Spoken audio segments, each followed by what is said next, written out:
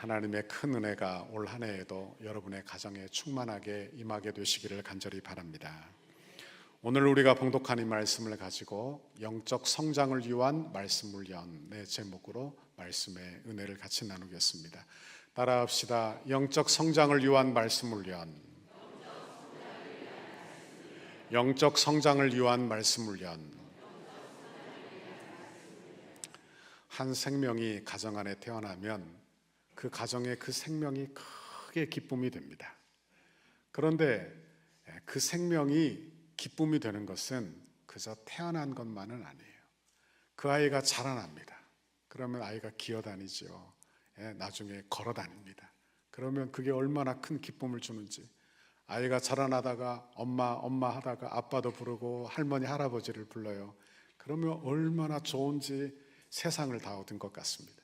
아이가 자라나 공부도 잘해요. 학교에 들어가 상을 받아와 보세요. 그럼 얼마나 기쁜지. 이 자라나는 기쁨은 기쁨을 넘어 환이다, 이런 생각을 해보게 되는 것입니다. 여러분, 아이들은 생명은 자라나야 돼요. 그리스도인도 마찬가지입니다. 그리스도인이라면 다 자라나야 하는 것입니다. 다 자라나야 돼요.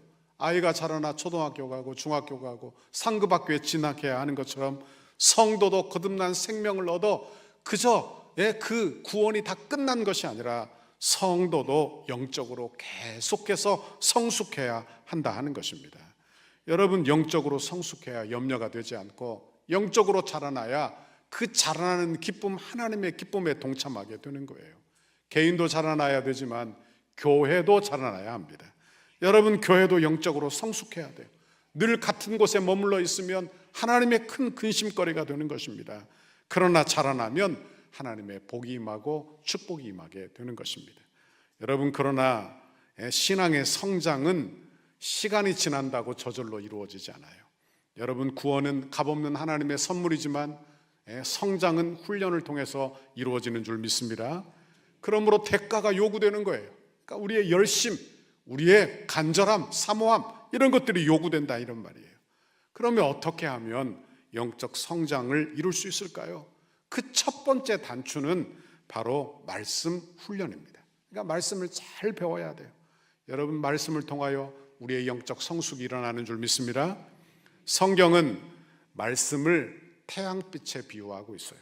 다윗이 이렇게 많이 이야기했는데 시편 67편 1절에 보면 하나님은 우리에게 은혜를 베푸사 복을 주시고 그 얼굴빛, 이 얼굴빛은 말씀이에요. 이 시편에서 얼굴빛은, 그래서 얼굴빛, 말씀을 우리에게 비추사, 그렇게 이야기했어요.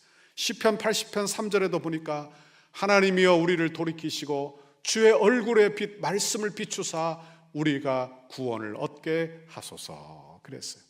여러분, 우리는 하나님의 말씀이 비추어져서 내 죄가 깨달아지고 그리고 그 말씀이 깨달아 구원을 얻게 되는 줄 믿습니다. 욥기 33장 30절에도 말씀을 생명의 빛이라, 이렇게 말씀하고 있는 것입니다. 태양빛은 기적입니다. 기적이죠. 여러분, 태양빛을 한번 보십시오. 태양빛이 비치는 곳마다 눈이 다 녹아요. 산에 올라가 여러분, 눈이 그렇게 많이 왔어도 태양빛이 비치는 그곳은 눈이 다 녹아 있는 것입니다. 봄철이 되면 태양의 빛의 기적은 더 일어나는 거예요. 싹이 막 돋아나죠. 그리고 가지가 잎을 내고 그리고 결국 꽃이 피고 열매를 맺게 되는 거예요. 그러니까 태양빛이 닿는 곳마다 생명의 기적이 일어난다 하는 말씀입니다. 예수 믿는 것, 말씀이 꼭 그와 같은 것입니다. 여러분, 말씀이 우리에게 비추어지면 내 죄가 깨달아지는 줄 믿습니다. 여러분, 분별력이 생기게 되는 줄 믿습니다. 어둠이 물러가게 되는 줄 믿습니다. 여러분, 깨달아져서 예수를 영접하게 돼요. 하나님의 나라가 보여요. 그러니까 이 세상이 전부인 줄 알고 이 세상만 바라보던 사람도 이제 하나님의 나라를 보고 내 뜻만 소중하게 여기던 사람도 하나님의 계획이 보이고 하나님의 뜻대로 살고 싶은 그런 분별력, 지혜가 생기게 된다 하는 말씀이에요. 그래서 시편 119편 105절에는 주의 말씀은 내 발의 등이요 내 길의 빛이니이다, 이렇게 고백하게 되는 것입니다. 여러분, 하나님의 말씀이 여러분의 인생의 빛 되시기를 간절히 바랍니다.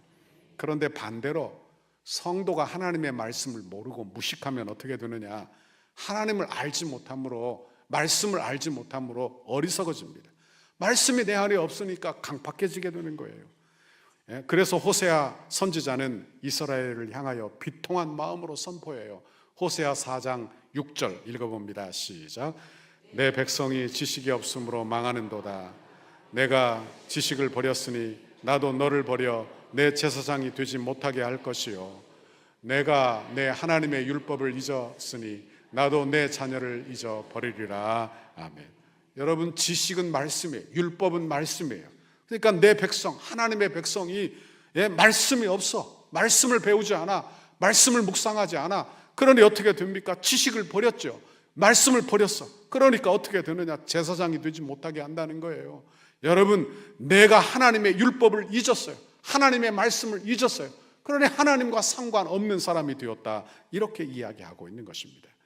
여러분, 하나님의 말씀을 배우지 않으면 늘 자기 생각대로 산다는 걸 기억해야 하는 거예요. 여러분, 무슨 생각을 하겠어요? 내 죄악된 생각으로 늘 판단하며 그렇게 사는 것이죠. 한 선교사님이 하루는 시골에 가다가 수요 예배 시간이 되어 한 교회에 들어가게 되었어요. 그런데 시간이 되자 몇 명의 교인들이 교회당 안에 들어오고, 그리고 한 사람이 흙투성이로 교회 안에 들어오더니 옷을 툴툴툴툴 털면서 강단으로 올라가는 것이었습니다. 그리고는 이렇게 말했어요. 오늘은 우리 전도사님이 출타하셨어요. 그래서 제가 오늘 예배를 인도하려고 합니다. 이렇게 말했어요. 그러니까 아마 그분은 교회 중직자가 아니었나 생각을 한 것입니다. 그런데 이분은 글을 잘 못 읽는 것인지 띄어쓰기를 잘 못하는 것인지 글을 잘 못 읽었어요. 시편 23편을 찬송을 부르고 시편 23편을 읽는데 이렇게 읽었습니다. 여호와는 나의 목 자르시니 내게 부족함이 없으리로다. 이렇게 읽었어요. 그리고는 설교를 하기 시작했어요. 확신에 차서 이렇게 설교합니다. 여러분, 여호와께서 우리의 목을 자르시더라도 원망하지 마십시오. 다윗도 여호와께서 나의 목 자르시니 내게 부족함이 없다고 하지 않았습니까? 우리도 우리의 목이 잘려 죽는 한이 있어도 감사하며 삽시다. 이렇게 이야기했다는 거예요. 여러분, 하나님의 그냥 아무렇게나 은혜 받으면 된다, 이렇게 생각하지 마십시오. 여러분, 말씀대로 은혜 받아야 할 줄 믿습니다. 말씀대로 은혜 받아야 돼요.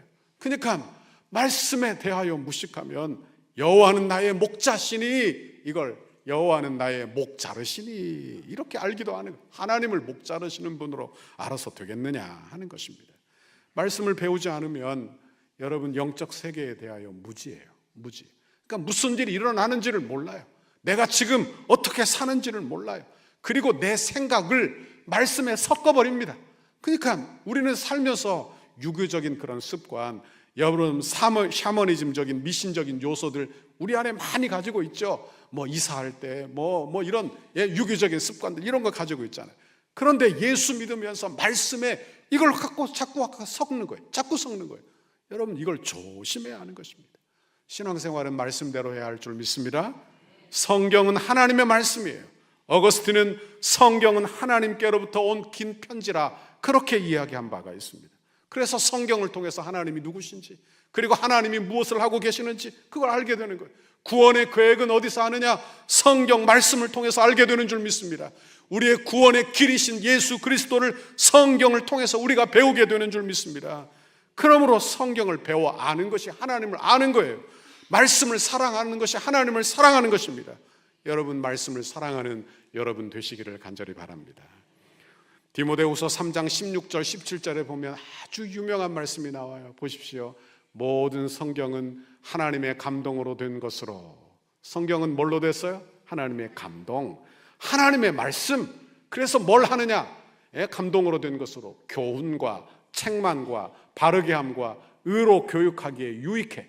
그러니까 무슨 말이에요? 점점 좋아져요. 점점 성장하게 하여 유익하게 하는 것이 하나님의 말씀. 17절에도 보니까 이렇게 말씀해요. 17절, 이는 하나님의 사람으로 온전하게 하며, 하나님의 사람으로 자라나게 하여 성장하게 하며, 성장하면 어떻게 되느냐? 모든 선한 일을 행할 능력을 갖추게 하려 함이라. 여러분, 사람이 성장하면 선한 일을 하게 되는 줄 믿습니다. 믿음이 자라나요. 믿음이 성장해요. 그러면 하나님이 내 안에 거듭난 심령을 주시고 착한 마음을 주세요. 여러분, 하나님이 주시는 착한 마음 따라 살기를 간절히 바랍니다. 그게 얼마나 중요한지 몰라요. 하나님이 주시는 마음 따로 내 생각 따로 사는 것은 신앙생활이 아니에요. 신앙생활은 하나님의 말씀 주시는 그 선한 마음을 따라 선한 일을 행하고 사는 것이 우리의 신앙생활 되어야 할 줄 믿습니다. 그런데 오늘 우리가 금방 읽은 디모데후서 3장 16절 17절 말씀은 배경이 있어요. 3장 1절 디모데후서 3장 1절 이하에 보면 말세에 어떤 현상이 일어나는지 우리에게 말씀해 줍니다. 말세에는 고통하는 때가 이른다 하며 어둠의 시대의 특징을 열거하는데 사람들이 자기를 사랑한대. 아주 이기적으로 변하는 거예요. 돈을 사랑한대요.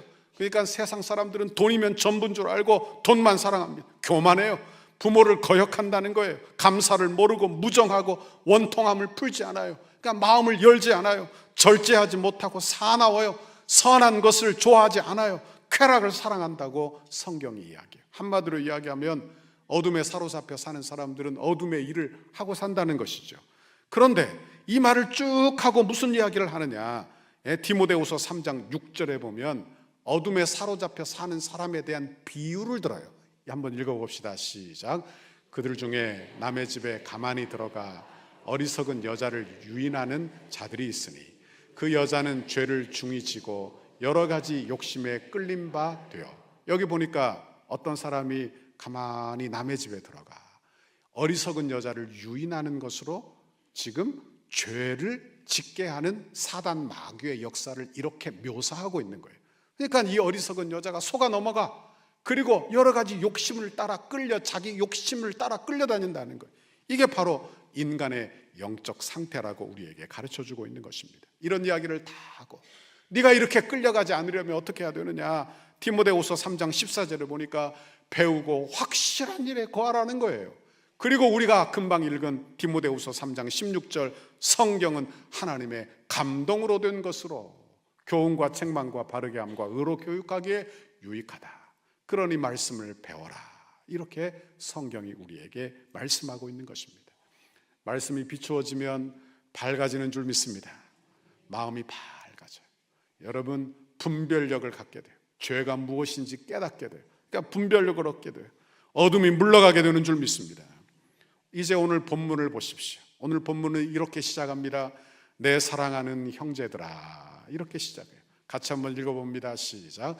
내 사랑하는 형제들아, 너희가 알지니 사람마다 듣기는 속히하고 말하기는 더디하며 성내기도 더디하라. 여기 내 사랑하는 형제들아, 이 말은 안 믿는 사람들에게 지금 이 말씀을 하고 있는 게 아니에요. 내가 하나님의 말씀으로 은혜받아 성경을 하나님의 말씀으로 인정하는 사람들, 그래서 거듭나 새 생명을 품은 사람들, 그 사람들에게 이야기하는 것입니다. 형제들아, 너희가 알지니, 너희가 예수 믿어 새 생명을 소유했으니 너희는 뭘 하라고 이야기하느냐, 듣기를 속히 하라는 거예요. 하나님의 말씀을 잘 들으라는 거예요. 진리를 반영하며 살라는 거예요. 그게 신앙생활이라고 이야기하고 있는 거예요. 여러분 하나님의 말씀을 잘 듣는 여러분의 신앙생활 되기를 간절히 바랍니다. 그리고 뭘 하지 말라고 이야기해요? 오늘 본문에 보니까 말하기를 더디하고 성내기를 더디하라, 이렇게 이야기하고 있는 것입니다. 사람이 성숙해요. 자라나. 그러면 어떻게 나타나느냐, 말과 자기 성품의 그 성숙의 정도가 드러나게 되어 있다 하는 그런 이야기예요. 아이는요 화를 잘 냅니다. 그죠? 예? 금방 변해요. 그러나 성숙한 어른은 어떻습니까? 여러분 변하지 않죠. 늘 한결같은 이야기를 하는 거예요. 말도 그렇다 하는 것입니다. 그러니까 말하기를 더디하고 성내기를 더디하라, 이렇게 말하고 있는 거예요. 여러분 다시 말하면 성숙한 사람이 되라 하는 이야기를 하고 있는 것입니다. 왜? 화내는 방식으로, 20절에 화내는 방식으로는 하나님의 의를 이루지 못한다. 이건 자라난 모습이 아니야. 너희는 자라나야 돼. 이렇게 말하고 있는 거예요. 그러면 우리가 어떻게 하면 성장할 수 있을까? 말씀 훈련을 통해서 성장한다고 했는데 오늘 본문은 말씀을 어떻게 대하고 살 것인지 우리에게 말씀해 주고 있어요. 그러니까 저와 여러분이 말씀을 어떤 자세로 대하고 살아가야 할지를 말하고 있는 것입니다. 첫 번째, 영적 성숙을 위해서 말씀을 잘 듣기를 간절히 바랍니다. 로마서 10장 17절 그러므로 믿음은 들음에서 나며 들음은 그리스도의 말씀으로 말미암느니라 그랬어요. 그러니까 말씀을 듣지 않는데 믿음이 생길 리가 없어요. 말씀을 자주 들어야 하는 것입니다. 누가 은혜로운 사람이 되느냐? 말씀을 자주 듣는 거예요. 말씀을 자주 접하는 것입니다. 오늘 본문 19절에도 보니까 너희가 알지니 사람마다 듣기는 속히 하라는 거예요. 잘 경청하는 거예요. 하나님의 말씀을 주의 깊게 듣는 것입니다. 여러분, 하나님의 말씀을 듣는 귀를 여러분에게 주시기를 간절히 바랍니다. 저는 새 가지 교회 오면 두 가지 기도를 해요. 하나님, 우리 교회에 오셔서 평안을 누리게 해 주십시오. 또 한 가지는 하나님 말씀이 귀에 잘 들리게 해 주십시오. 제가 그렇게 기도해요. 여러분에게도 들리는 귀를 주시기를 간절히 바랍니다. 들리는 귀가 있어야 하는 거예요. 여러분, 은혜 받은 성도는요, 듣는 자세가 달라요. 제가 목회하다 보니까요, 은혜 받은 사람은 눈에 딱 들어와요. 눈에 딱 들어와. 여러분, 말씀을 듣는 자세가 달라요. 말씀을 대하는 자세가 달라요. 말씀이면 순종할 자세를 가지고 있는 거예요. 은혜 받는 사람들은 듣는 자세가 얼마나 좋은지 말씀이 떨어지면 아멘, 아멘, 아멘 하는 것입니다. 말씀을 대하는 자세만 봐도 그 사람의 신앙의 인격을 알게 되는 거예요. 성숙의 정도를 파악하게 되는 거예요. 여러분 원하기는 하나님의 귀한 말씀 늘 배워 말씀을 접할 기회를 자주 갖는 여러분 되시기를 간절히 바랍니다. 달고 묘한 그 말씀, 생명의 말씀은 같이 찬양합시다. 귀한 그 말씀 진실로 생명의 말씀이 나의 길과 믿음 밝히 보여주니 아름답고 귀한 말씀 생명샘이로다.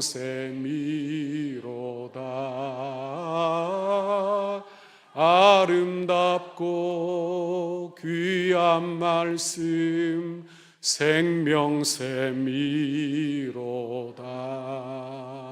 할렐루야.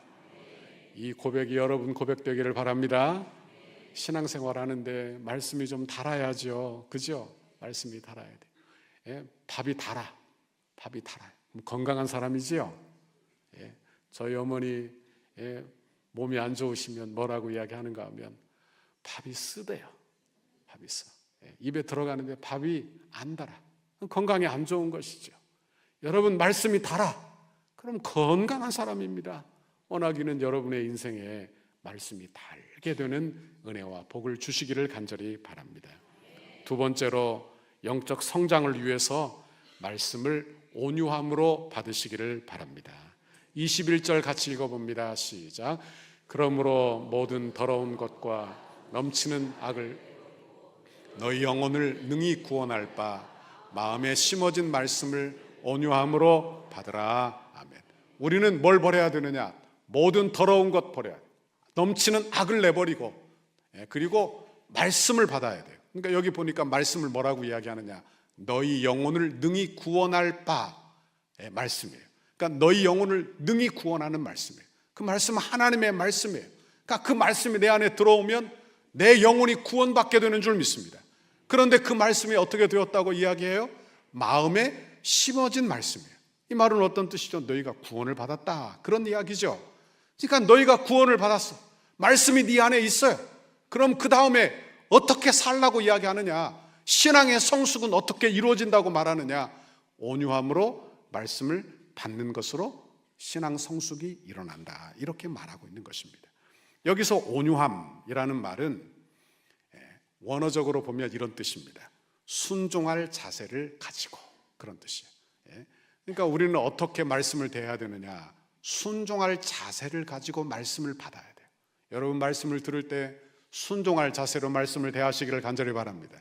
그러니까 사람의 말로 대하지 아니하고 하나님의 말씀으로 대하고, 그리고 하나님의 말씀에 순종할 자세로. 여러분 기도할 때도 순종할 자세로 기도하는 거예요.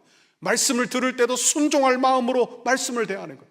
여러분 말씀을 들어 여러분 깨달아 순종하는 은혜와 축복이 임하시기를 간절히 바랍니다. 이게 온유함, 이것이 온유함이에요. 사도행전 17장 11절에도 이런 말씀이 나와요. 읽습니다. 시작.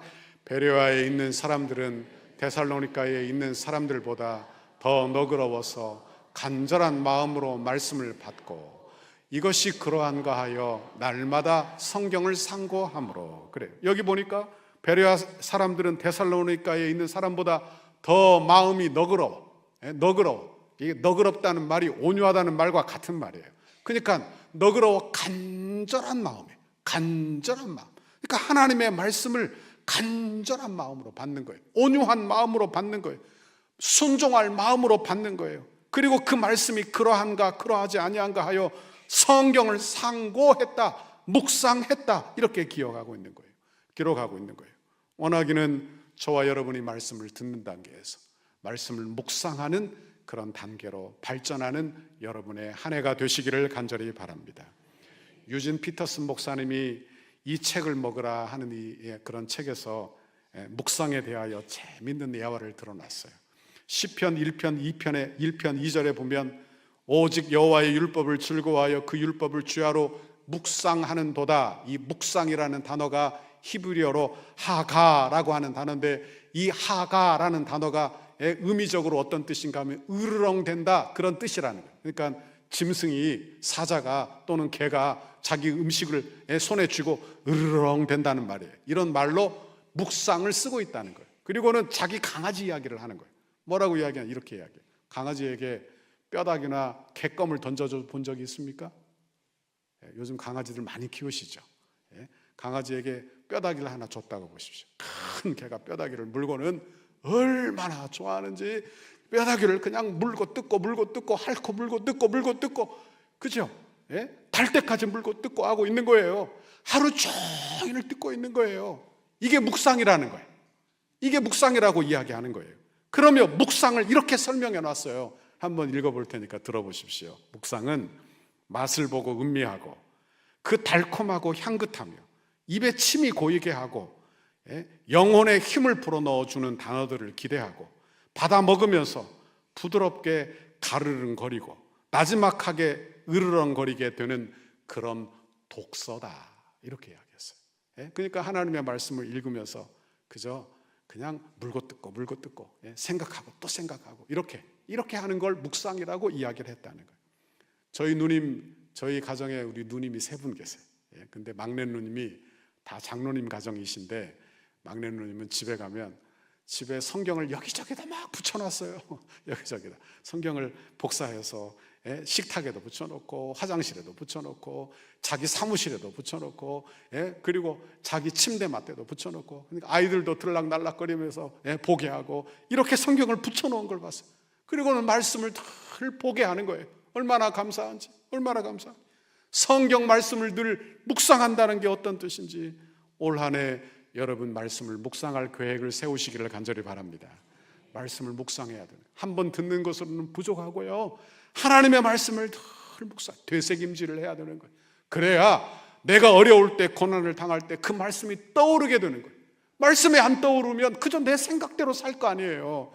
그러니까 고난 당할 때 하나님의 말씀이 떠오르려면 말씀을 묵상해야 한다 하는 것입니다. 3번째로, 영적 성장을 위해서 말씀을 듣기만 하지 말고 행하시기를 바랍니다. 22절 같이 읽어봅니다. 시작. 너희는 말씀을 행하는 자가 되고 듣기만 하여 자기를 속이는 자가 되지 말라. 아멘. 여러분, 말씀을 묵상하는 단계에서 이제 실행하는 단계로 나갈 것을 이야기하는 것입니다. 말씀을 깨닫는 것 중요해요. 그러나 말씀을 깨닫는 것보다 더 중요한 것은 실행하는 것입니다. 행하는 거예요. 여러분, 행하지 않고 스스로 깨닫고만 끝나는 것을 뭐라고 이야기했느냐? 스스로 자기를 속이는 행위, 자기 기만이라고 이야기를 하고 있는 거예요. 전도자 무디는 이런 말을 했어요. 성경은 지식을 쌓기 위해서 주어진 것이 아니라 삶의 변화를 위해 주어진 것이다, 이렇게 이야기를 했어요. 말씀을 듣고 깨닫게 되는 그런 귀한 은혜 여러분에게 주시기를 간절히 바랍니다. 깨달음은 깨달음 자체에만 의미가 있는 게 아니에요. 깨달아 행하기 위하여 깨달음을 주시는 거예요. 그러니 깨달아야 하는 것입니다. 깨달아 행해야 하는 거예요. 원하기는 그런 행함의 은혜, 귀한 축복을 우리에게 주시기를 간절히 바랍니다. 행하지 않으면 깨닫는 것이 무익하죠. 뭐하러 깨달을 거예요? 그렇죠? 깨닫는 게 의미가 있습니까? 내가 깨달았어. 그러면 깨달아지면 달라져야죠. 그런데 깨달았는데 달라지지 않아, 실행하지 않아. 그럼 깨닫는 것 자체가 무익하다는 이야기를 하는 거예요. 오늘 본문에 보니까 그것이 얼마나 무익한 것인지 예를 들고 있어요. 23절 24절 읽어봅니다. 시작. 누구든지 말씀을 듣고 행하지 아니하면 그는 거울로 자기의 생긴 얼굴을 보는 사람과 같아서 제 자신을 보고 가서 그 모습이 어떠했는지를 곧 잊어버리거니와. 그랬어요. 여러분은 교회 오시기 전에 거울 보셨죠? 엘리베이터 타면 거울 보시죠? 거울을 몇 번이나 보십니까? 아마 자주 보실 것 같아요. 저도 강단에 올라오기 전에 꼭 거울을 봅니다. 왜냐하면 우리 집사람이 넥타이가 삐뚤어지면 성도들이 넥타이만 본대요. 넥타이만 본대. 넥타이 바로 하고 설교하라고. 그래서 제가 여기 영상을 보면 넥타이가 삐뚤어지면 이게 넥타이를 이렇게 잘 놔요. 잘. 왜 우리 성도들이 넥타이만 볼까 봐. 여러분 거울을 왜 봅니까? 거울을 왜 봐요? 내가 잘못된 걸 고치려고 보는 것이 거울이에요. 여러분 말씀이 깨달아져요. 깨달은 것은 뭘 하기 위해서 깨달아지는 것이죠? 고치기 위해서. 여러분 그러니 거울과 같다고 이야기하는 거예요. 그러니까 말씀을 들으면, 말씀을 듣고 순종하지 않으면 금방 잊어버려요. 그러니까 무슨 뜻이냐 하면 내가 말씀을 들어 깨달아. 내가 말씀을 깨달으면 내가 순종해야지, 실행해야지 하고 실행하지 않으면 금방 잊어버린다는 이야기를 하는 거예요. 그러니까 얼만큼 잊어버리냐. 여러분 지난주에 말씀이 생각이 납니까? 제목이 생각이 나십니까? 어떠세요? 금방 잊어버려요. 내가 깨달았어. 내가 다음에는 절대로 이렇게 살지 말아야 되겠다 이렇게 깨달았어. 그런데 실행하지 않으면 금방 잊어버려요. 그리고 다시 되풀이하는 거예요. 자기 인생을 다시 되풀이하며 사는 거예요. 그런데 영적인 세계에서는 더 심각한데, 내가 깨달은 것을 실행하지 않으면 그 다음에는 하나님께서 깨달을 마음을 주시지 않아요. 이게 심각한 거예요. 그러니까 내가 하나님의 말씀을 깨달아. 그럼 하나님이 깨달아. 너로 고쳐라. 너 그렇게 회개해라. 깨닫게 하시는데, 그럼 회개하지 않고 고치지 않아. 그럼 다음에는 깨닫는 마음이 생기지 않는다는 이야기를 하는 거예요. 무뎌지는 것입니다. 사무엘상 3장에 보면 엘리 제사장의 이야기가 나와요. 엘리는 눈이 어둡고 비둔했어요. 그래서 그 시대를 어떻게 묘사했느냐, 이렇게 묘사했어요. 말씀이 희귀하여 이상이 흔히 보이지 않더라, 이렇게 되어 있어요. 그러니까 그 시대는 말씀이 희귀해. 제사장이 하나님의 말씀을 듣지 못해요. 그리고 사무엘이 하나님의 음성을 들어 하나님께서 말씀하신 엘리 제사장에게 있는 그 가족에게 있을 일을 선포해 주는 것입니다. 홈리와 비느하스 그의 아들들이 죄를 범한 그 죄 때문에 하나님이 그 가정을 심판하시고 멸할 것을 전하는데도 엘리 제사장은 회개하지 않아요. 그러니까 깨닫지 못하는 거예요. 어떻게 되는지를 보십시오. 말씀을 깨닫지 못하니까 점점 하나님께로 멀어지는 것입니다. 점점 깨달을 영역이 없어지는 거예요. 그 다음에는 하나님의 말씀이 들려도 순종하지 않아요. 하나님의 말씀을 직접 전해주는데도 순종하지 않아요. 여러분 얼마나 무서운 일인지 몰라요. 여러분 원하기는 말씀이 깨달아지면 순종하는 은혜 여러분에게 주시기를 간절히 바랍니다. 25절 자유롭게 하는 온전한 율법을 들여다보고 있는 자들은 듣고 잊어버리는 자가 아니요 실천하는 자니 이 사람은 그 행하는 일에 복을 받으리라 그랬어요. 자유롭게, 여기 말씀을 뭐라고 하는지 보세요. 율법을 자유롭게 하는 온전한 율법. 여러분 우리는 율법하면 무슨 생각합니까? 하나님이 그냥 율법 조항들을 막 줘서 우리를 무슨 억압하는 그런 것으로 생각하기 쉬운데, 여기 성경은 뭐라고 말하는지를 보세요. 자유롭게 하는 온전한 율법, 말씀이라고 이야기하는 거예요. 그러니까 하나님의 말씀은 우리를 자유롭게 하는 거예요. 이걸 반대로 한번 생각해 보십시오. 어떤 사람이 자기 마음대로 죄 짓고 산다고 한번 생각해 보십시오. 아무도 개의치 않고 죄를 짓고 산다고 생각해 보십시오. 그러면 자유로워지는 게 아니고 죄의 종이 되는 것입니다. 죄의 노예가 돼요. 가면 갈수록 힘들어지는 거예요. 가면 갈수록 괴로워지는 거예요. 여러분 그러나 하나님의 말씀대로 살고 은혜 아래 살면 하나님의 종 되는 게 아니에요. 하나님의 노예가 되는 게 아니에요. 교회의 노예가 되는 게 아니에요. 여러분 하나님의 자녀가 되는 줄 믿습니다. 하나님의 자녀가 되는 거예요. 나를 자유롭게 하는 하나님의 자녀. 그러니까 말씀 안에서 자유롭게 하는 하나님의 자녀. 자녀들도 한번 생각해 보십시오. 자녀가 부모의 말을 잘 들으면 부모의 노예 됩니까? 어떠세요? 여기 계신 부모님들, 자녀가 부모님 말을 잘 들어요. 그러면 부모의 은혜 아래 있으면 자녀가 부모의 노예 됩니까? 마마보이가 돼가지고 그냥 애들이 다 바뀌나요? 아니에요. 아이들이 그 안에서 밝아지고 자유로워지는 거예요. 하나님의 말씀이 그렇다는 것입니다. 여러분, 하나님의 말씀에 순종하면 하나님 안에서 자유로운 주의 자녀가 되는 줄 믿습니다. 요한복음 8장 32절, 진리를 알지니 진리가 너희를 자유롭게 하리라 그랬어요.